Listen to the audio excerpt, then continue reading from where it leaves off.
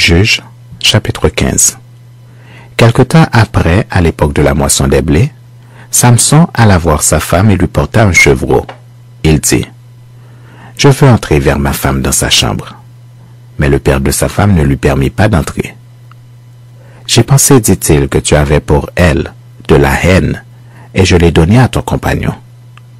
Est-ce que sa jeune sœur n'est pas plus belle qu'elle?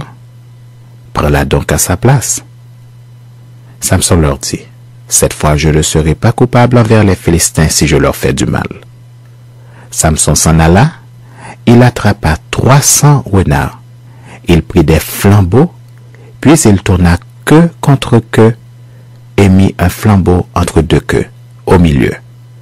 Il alluma les flambeaux, lâcha les renards dans les blés des Philistins et embrasa les tas de gerbes, le blé sur pied et jusqu'aux plantations d'oliviers. Les Philistins dirent, « Qui a fait cela? » On répondit, « Samson, le gendre de Timnia, parce que celui-ci a pris sa femme et l'a donnée à son compagnon.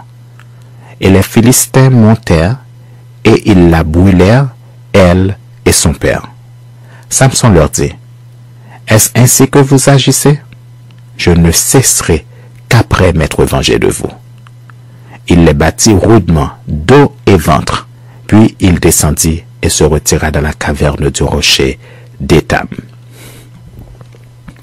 Alors les Philistins se mirent en marche, campèrent en Juda et s'étendirent jusqu'à Léchi.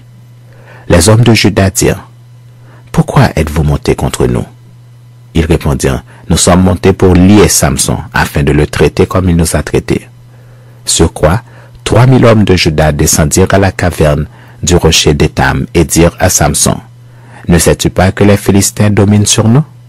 Que nous as-tu donc fait? » Il leur répondit, « Je les ai traités comme ils m'ont traité. » Ils lui dirent, « Nous sommes descendus pour te lier afin de te livrer entre les mains des Philistins. » Samson leur dit, « Jurez-moi que vous ne me tuerez pas. » Ils lui répondirent, « Non, nous voulons seulement te lier et te livrer entre leurs mains, mais nous ne te ferons pas mourir. » Et ils le lièrent avec 2 cordes de neuf et le firent sortir du rocher.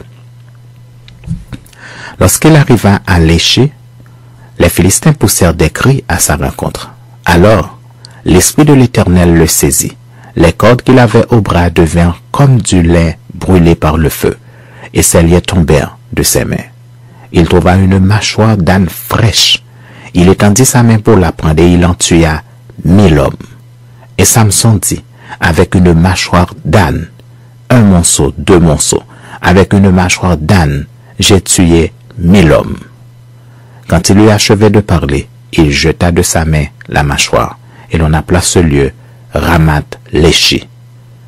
Pressé par la soif, il invoqua l'Éternel et dit, « C'est toi qui as permis par la main de ton serviteur cette grande délivrance. Et maintenant mourrai-je de soif, et tomberai-je entre les mains des incirconcis? » Dieu fendit la cavité du rocher qui était à Léchi, et il en sortit de l'eau. Samson but, son esprit se ranima, et il reprit vie. C'est de là qu'on a appelé cette source En-Hakkore. Elle existe encore aujourd'hui à Léchi. Samson fut juge en Israël au temps des Philistins pendant 20 ans.